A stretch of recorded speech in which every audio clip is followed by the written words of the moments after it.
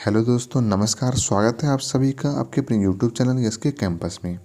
आज हम लोग रेलवे ग्रुप डी की एग्ज़ाम को ध्यान रखते हुए इम्पोर्टेंट साइंस के क्वेश्चन को देखने वाले हैं, जो कि आपके आने वाले जो शिफ्ट हैं उनके लिए बहुत ही महत्वपूर्ण हो सकते हैं। आपको क्लास में शुरू से अंत तक बने रहना है और अंत में अपने स्कोर जरूर शेयर करने हैं कि आज की क्लास में आपने कितने क्वेश्चन सही किए हैं। चलिए देखेंगे पहले क्वेश्चन से। दांत का इनेमल किससे बना होता है? बताएंगे आप सभी calcium chloride, calcium sulphate, calcium phosphate या कैल्शियम कार्बोनेट से। तो आप सभी को बताना जो दांत का इनेमल है किससे बना होता है।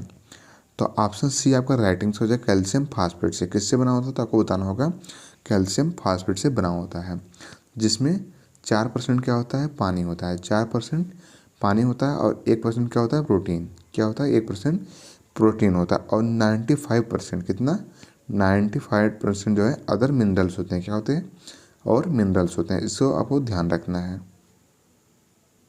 नेक्स्ट क्वेश्चन है, निम्न में से कौन सा पाचक एंजाइम लार में पाया जाता है? इंसुलिन, लाइपेज, पेप्टाइडेज या एमाइलेज।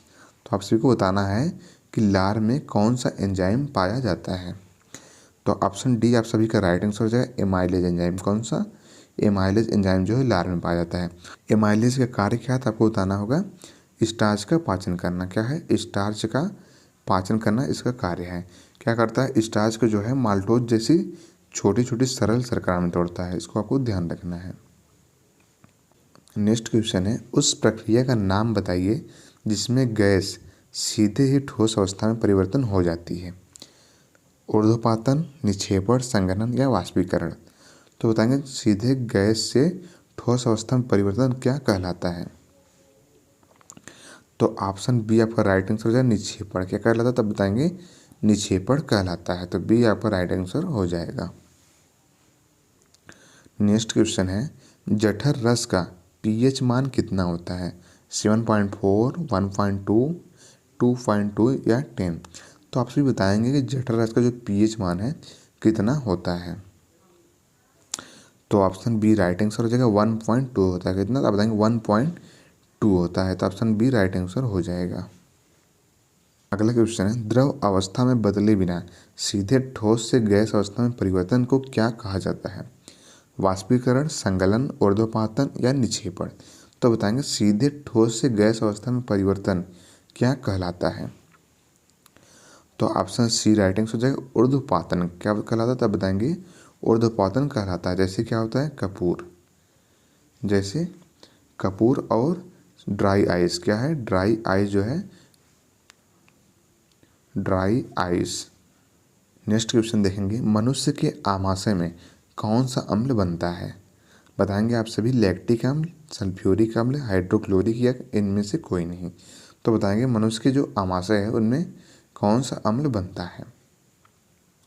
तो ऑप्शन सी आपका राइट आंसर हो जाएगा HCl, यानी कि हाइड्रोक्लोरिक एसिड। क्या बनता है, हाइड्रोक्लोरिक एसिड जो है मनुष्य के आमाशय में बनता है। तो ऑप्शन सी आपका सही जवाब हो जाएगा। अगला क्वेश्चन है, फलों को मीठा बनाने के लिए कौन सी शर्करा जिम्मेदार है? फ्रैक्टोज, माल्टोज, सुक्रोज या लैक्टोज। तो ऑप्शन ए आपका राइट आंसर हो जाएगा फ्रैक्टोज। कौन सी है तो आप बताएंगे फलों को मीठा बनाने के लिए फ्रैक्टोज जिम्मेदार है। क्या है, फ्रैक्टोज आपका राइट आंसर हो जाएगा। नेक्स्ट क्वेश्चन है, बर्फ का गलनांक है 273 केल्विन, -273 सेंटीग्रेड, 273 सेंटीग्रेड या -273 केल्विन। तो बताएंगे आप सभी इसका राइट आंसर कौन सा होगा। तो ऑप्शन ए आपका राइट आंसर हो जाएगा 273 केल्विन। कितना होता है तो आप बताएंगे बर्फ का गलनांक जो है 273 केल्विन होता है। अगर आपसे सेंटीग्रेड में पूछ लेता तो आपको बताना होगा 0 डिग्री सेंटीग्रेड। कितना, 0 डिग्री सेंटीग्रेड। और फ़ारेनहाइट में पूछता था बताएंगे 32 फ़ारेनहाइट। कितना, 32 फ़ारेनहाइट आपका राइट आंसर हो जाएगा। तो इन तीनों को आपको ध्यान रखना है। अगला क्वेश्चन देखेंगे, थायरॉक्सिन हार्मोन के उत्पादन के लिए थायराइड ग्रंथि को किस तत्व की आवश्यकता होती है? सोडियम, कैल्शियम, पोटेशियम या आयोडीन। तो बताएंगे कि थायरॉक्सिन हार्मोन के लिए किस तत्व की आवश्यकता होती है। तो ऑप्शन डी राइट आंसर हो जाएगा आयोडीन की। किसकी, तब बताना होगा आयोडीन की आवश्यकता होती है। और आयोडीन की कमी से कौन सा रोग होता है तो आपको बताना होगा घेंघा रोग। कौन सा, घेंघा रोग होता है। इसको भी आपको ध्यान रखना है। अगला क्वेश्चन है पानी का क्वथनांक कितना होता है? 210 फ़ारेनहाइट, 212 फ़ारेनहाइट, 214 फ़ारेनहाइट या 208 फ़ारेनहाइट? तो ऑप्शन बताएंगे पानी का जो क्वथनांक है कितना होता है। तो ऑप्शन बी आपका राइट आंसर है 212 फ़ारेनहाइट। कितना होता है तो आपको बताना होगा 212 फ़ारेनहाइट। नेक्स्ट क्वेश्चन है पौधों में कोशिका भित्ति का निर्माण करने वाले जटिल कार्बोहाइड्रेट को क्या कहा जाता है? माल्टोज, सुक्रोज, सेलुलोज या लैक्टोज? तो बताएंगे जो पौधों में कोशिका भित्ति है उनका निर्माण करने वाले जो कार्बोहाइड्रेट है इनको क्या कहा जाता है? तो ऑप्शन बी आपका राइट आंसर है सेलुलोज। क्या कहा जाता है तो आपको बताना होगा सेलुलोज कहा जाता है। इसको भी आपको ध्यान रखना है। नेक्स्ट क्वेश्चन निम्नलिखित में से कौन सा कारक वाष्पीकरण की दर को प्रभावित नहीं करता है? आसमान की हवा की आर्द्रता, तरल का तापमान, तरल का रंग और तरल के पृष्ठों का क्षेत्रफल। तो आपको बताना है कि इनमें से कौन सा कारक है जो वाष्पीकरण की दर को प्रभावित नहीं करता है। तो ऑप्शन सी राइट आंसर है तरल का रंग। क्या है तो आप बताएंगे तरल का रंग जो वाष्पीकरण को प्रभावित नहीं करता है। तो ऑप्शन सी आपका राइट आंसर हो जाएगा। अगला क्वेश्चन है निम्नलिखित में से कौन सी मानव शरीर की सबसे बड़ी ग्रंथि है? स्तन, यकृत, पसीने की ग्रंथियाँ या एसोफेजियल ग्रंथि? तो बताएंगे इनमें से कौन सी मानव शरीर की सबसे बड़ी ग्रंथि है। तो ऑप्शन बी आपका राइट आंसर हो जाएगा यकृत। कौन सा? तो यकृत आपका मानव शरीर की सबसे बड़ी ग्रंथि है। इसको आपको ध्यान रखना है। नेक्स्ट क्वेश्चन है निम्नलिखित में से कौन सा रासायनिक परिवर्तन है? दूध का दही में रूपांतरण, बर्फ का पिघलना, पानी में रेत को घोलना, पानी में चीनी को घोलना? तो बताएंगे इनमें से कौन सा एक रासायनिक परिवर्तन है। और रासायनिक परिवर्तन होता क्या था बताएंगे जैसे एक पदार्थ से दूसरा पदार्थ बनने के बाद पुनः उसे इस रूप में लाया नहीं जा सकता है। जैसे दूध से अगर दही बन गया, दही से हम पुनः दूध नहीं बना सकते हैं। तो ऑप्शन इसमें ए आपका राइट आंसर हो जाएगा दूध का दही में रूपांतरण। किसमें? ऑप्शन ए राइट आंसर हो जाएगा दूध का दही में रूपांतरण। नेक्स्ट क्वेश्चन है निम्नलिखित में से कौन सा दूध का प्रोटीन है? ग्लाइसिन, गैलेक्सी, रेनिन या केसीन? तो बताएंगे इनमें से कौन सा दूध का एक प्रोटीन है। तो ऑप्शन डी आपका राइट आंसर हो जाएगा केसीन। कौन सा? केसीन दूध का एक प्रोटीन है। तो ऑप्शन डी राइट आंसर हो जाएगा। अगला क्वेश्चन देखेंगे पाचन के बाद प्रोटीन निम्न में परिवर्तित हो जाता है? स्टार्च में, कार्बोहाइड्रेट में, अमीनो एसिड में या छोटी गोलियों में? तो बताएंगे पाचन के बाद प्रोटीन किस में परिवर्तित हो जाता है। तो ऑप्शन सी राइट आंसर हो जाएगा अमीनो एसिड में। किस में? तब देंगे पाचन के बाद प्रोटीन जो है अमीनो एसिड में टूट जाता है। तो ऑप्शन सी राइट आंसर हो जाएगा। नेक्स्ट क्वेश्चन निम्नलिखित में से कौन सा टिंडल प्रभाव दर्शाता है? विलयन, गैसें, धातुएं या क्लोराइड? तो इसमें ऑप्शन ए राइट आंसर हो जाएगा विलयन। कौन सा? तो बताएंगे विलयन जो है टिंडल प्रभाव को दर्शाता है। तो ऑप्शन ए राइट आंसर हो जाएंगे। नेक्स्ट क्वेश्चन निम्न में से कौन सा इमल्सन का एक उदाहरण है? फोम, फेस क्रीम, स्पंज या रबर? तो आप सभी बताना है कि इसमें से इमल्सन का कौन सा एक उदाहरण है। तो ऑप्शन बी आपका राइट आंसर हो जाएगा फेस क्रीम। कौन सा? फेस क्रीम आपका राइट आंसर हो जाएगा। अगला क्वेश्चन देखेंगे निम्नलिखित में से किस तापमान पर ठंडा होने पर द्रव ठोस में परिवर्तित हो जाता है? संगठन बिंदु, गलनांक, क्वथनांक या हिमांक? तो बताएंगे कि किस तापमान पर ठंडा होने पर द्रव जो है ठोस में परिवर्तित हो जाता है। तो ऑप्शन डी आपका राइट आंसर है हिमांक पे। इसमें हिमांक बिंदु पे अगर कोई द्रव ठंडा होता है तो वह ठोस में परिवर्तित हो जाएगा। तो ऑप्शन डी राइट आंसर हो जाएगा। नेक्स्ट क्वेश्चन है सामान्यतः जुकाम के इलाज के लिए किस विटामिन का उपयोग किया जाता है? Vitamin A, vitamin B, vitamin C या विटामिन डी का? तो ऑप्शन सी आपका राइट आंसर हो जाएगा विटामिन सी का। किसका? तो आप बताएंगे विटामिन सी का उपयोग जुकाम के इलाज के लिए किया जाता है। तो ऑप्शन सी राइट आंसर हो जाएगा। अगला क्वेश्चन है कौन सा विटामिन शरीर में कैल्शियम की अवशोषण को बढ़ाता है? Vitamin A, vitamin B, vitamin C या विटामिन डी? तो बताएंगे इनमें से कौन सा विटामिन है जो शरीर में कैल्शियम के अवशोषण को बढ़ाता है। तो ऑप्शन डी आपका राइट आंसर है विटामिन डी। विटामिन डी क्या करता है आप बताएंगे, शरीर में कैल्शियम के अवशोषण को बढ़ाता है, तो इसको आपको ध्यान रखना है। नेक्स्ट क्वेश्चन है, अभी तक वैज्ञानिकों द्वारा पदार्थ की कितनी अवस्थाएं तय की गई हैं? बताएंगे आप सभी कि अभी तक वैज्ञानिकों द्वारा पदार्थ की कितनी अवस्थाएं खोजी गई हैं? तो ऑप्शन डी आपका राइट आंसर हो जाएगा 5 अवस्थाएं। कितनी, तो आप बताएंगे 5 अवस्थाएं। कौन कौन से?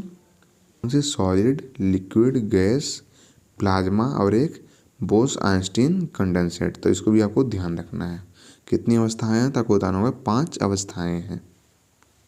नेक्स्ट क्वेश्चन, निम्नलिखित में से किस वैज्ञानिक ने स्थिर अनुपात का नियम प्रस्तावित किया? Ernest Rutherford, Joseph Proust, E Goldstein या जे थॉमसन ने। तो आपको बताना होगा किस वैज्ञानिक ने स्थिर अनुपात के नियम को प्रस्तावित किया था। तो ऑप्शन बी राइट आंसर है जोसेफ प्राउस्ट ने। किसने? तो आपको बताना होगा जोसेफ प्राउस्ट ने स्थिर अनुपात का नियम दिया था। तो ऑप्शन बी राइट आंसर हो जाएगा। नेक्स्ट क्वेश्चन, जे चैडविक ने किस उप परमाणुवीय कण की खोज की थी? प्रोटॉन, इलेक्ट्रॉन, न्यूट्रॉन या मरकरी। तो आपको बताना होगा कि जे चैडविक ने किस उप परमाणुवीय कण की खोज की थी। तो ऑप्शन सी आपका राइट आंसर न्यूट्रॉन की। किसकी? तब देंगे न्यूट्रॉन की खोज की थी। तो ऑप्शन सी आपका राइट आंसर हो जाएगा। अगला क्वेश्चन है, कैथोड किरण प्रयोग पहली बार किसके द्वारा किया गया था? J Thomson, Goldstein, John Dalton या अर्नेस्ट रदरफोर्ड। तो आपको बताना होगा कैथोड किरण का प्रयोग पहली बार किसके द्वारा किया गया? तो option A right answer J Thomson ने। किसके द्वारा? आपको बताना होगा जे थॉमसन के द्वारा 1897 में। कब किया गया था? आपको बताना होगा 1897 में। तो ऑप्शन ए राइट आंसर हो जाएगा। नेक्स्ट क्वेश्चन, कोबाल्ट किस विटामिन में पाया जाता है? Vitamin B12, vitamin B5, vitamin B3, vitamin B1। तो आप सभी बताएंगे कोबाल्ट किस विटामिन में पाया जाता है? तो option A right answer vitamin B12 में। किसने? तब बताएंगे विटामिन B12 में पाया जाता है। और विटामिन B12 का नाम क्या है? तो आपको बताना होगा साइनोकोबालामिन। क्या नाम है? साइनोकोबालामिन इसका नाम है। इसको आपको ध्यान रखना है। और विटामिन B5 का नाम क्या है? बताएंगे पेंटोथेनिक एसिड। क्या नाम है? Pantothenic acid. इसको भी आपको ध्यान रखना है। और विटामिन 3 का क्या नाम है? नियासिन। क्या नाम है? नियासिन इसका नाम है। और विटामिन B1 का पूछ लेता तो आपको बताना होगा थायामिन। क्या नाम है? थायामिन इसका नाम है। आपको इन चारों का वैज्ञानिक नाम याद रखना है।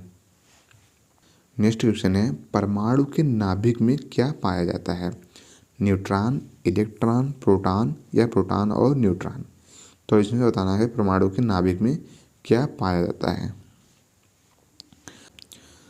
तो ऑप्शन डी आपका राइट आंसर हो जाएगा प्रोटॉन और न्यूट्रॉन। क्या पाया जाता है? तो आपको बताना होगा प्रोटॉन और न्यूट्रॉन दोनों पाए जाते हैं। तो ऑप्शन डी राइट आंसर हो जाएगा। नेक्स्ट क्वेश्चन है, ग्रास नली की लंबाई कितनी होती है?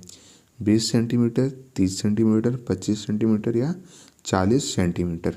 तो आपको बताना होगा जो ग्रास नली है उसकी लंबाई कितनी होती है।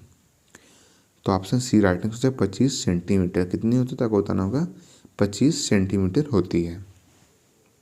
नेक्स्ट क्वेश्चन है, किसी तत्व की परमाणु संख्या किसकी संख्या से निर्धारित होती है? इलेक्ट्रॉन की संख्या से, प्रोटॉन की संख्या से, न्यूट्रॉन की संख्या से, प्रोटॉन और न्यूट्रॉन दोनों की संख्या से। तो ऑप्शन डी राइट आंसर हो जाएगा प्रोटॉन और न्यूट्रॉन दोनों की संख्या से। किसी तत्व की परमाणु की संख्या जो है प्रोटॉन और न्यूट्रॉन दोनों की संख्या से निर्धारित होती है। तो ऑप्शन डी राइट आंसर हो जाएगा। नेक्स्ट क्वेश्चन है, 13 प्रोटॉन और 14 न्यूट्रॉन वाले किसी परमाणु की द्रव्यमान की संख्या क्या है? 1, 13, 14 या 27। तो ऑप्शन डी आपका राइट आंसर हो जाएगा 27 है। कितनी है? तक बताएंगे द्रव्यमान संख्या 27 है। लास्ट क्वेश्चन है, कार्बन की संयोजकता कितनी होती है? 4, 6, 3 या 2। तो इसका आंसर आप लोग को कमेंट बॉक्स में बताना है। और कमेंट बॉक्स में आप ये बताएंगे कि आज की क्लास आपको कैसी लगी है।